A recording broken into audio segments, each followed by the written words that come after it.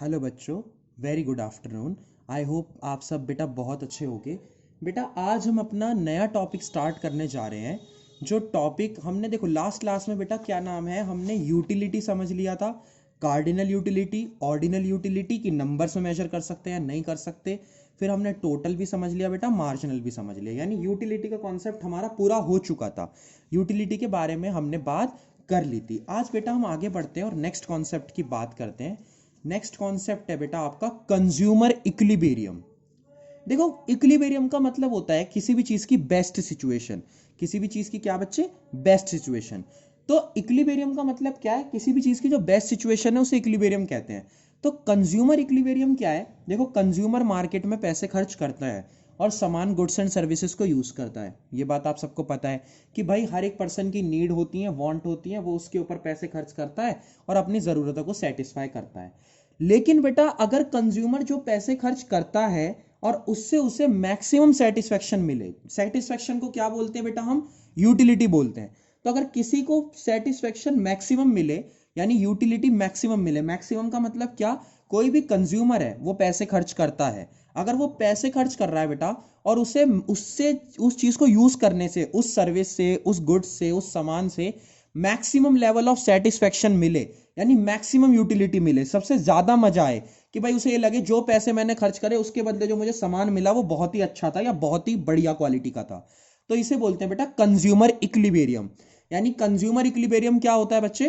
Consumer equilibrium का मतलब होता है एक ऐसी सिचुएशन जिसमें कंज्यूमर अपने पैसे स्पेंड करता है, यानी अपनी इनकम को खर्च करता है चीजों के ऊपर, और उससे जो उसे सेटिस्फेक्शन का लेवल मिलता है, यानी उससे जो उसे सेटिस्फेक्शन गेन होता है बेटा, जो मजा आता है, यूटिलिटी मिलती है, वो मैक्सिमम होती है, यानी सबसे ज्यादा हो सकती है।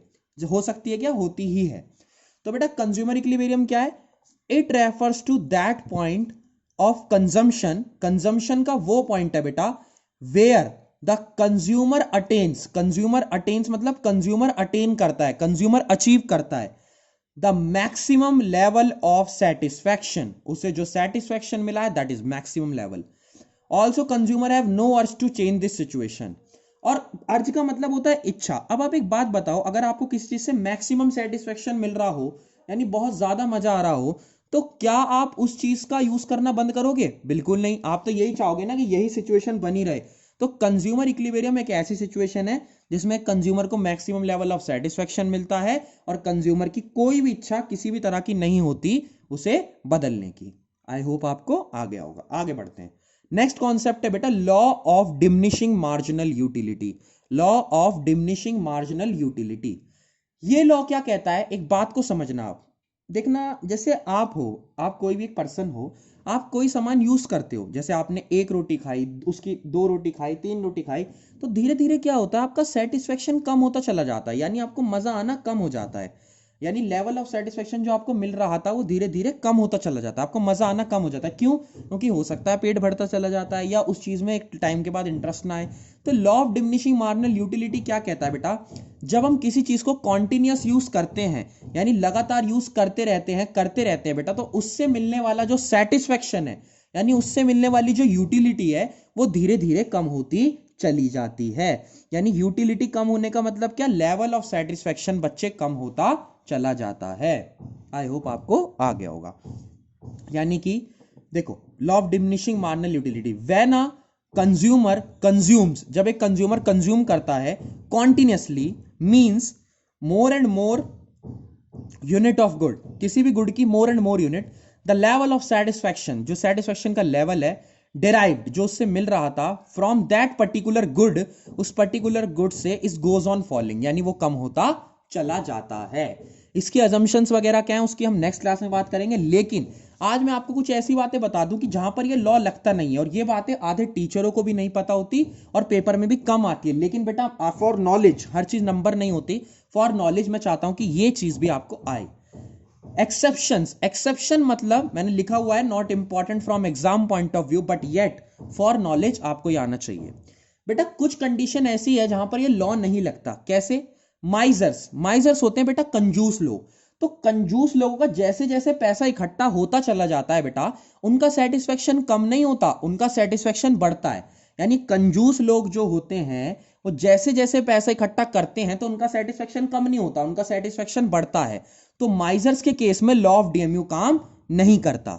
Number 2, Reedy. रीडी कौन होता है बेटा?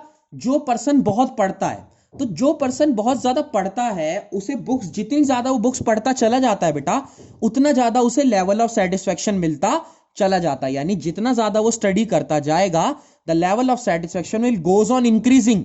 बल्कि होना क्या चाहिए? कम होना चाहिए, लेकिन लेवल ऑफ सेटिस्फेक्शन क्या हो रहा है इस केस में बेटा? बढ़ता जा रहा है। आई होप आपको आ गया होगा। नेक्स्ट, ड्रंकर्स, दारू पीने वाले। जो दारू पीने वाले लोग होते हैं बेटा, वो ड्रंकर्स होते हैं। तो ड्रंकर्स जितनी ज्यादा दारू पीते हैं वो उतना ही ज्यादा खुश होते हैं।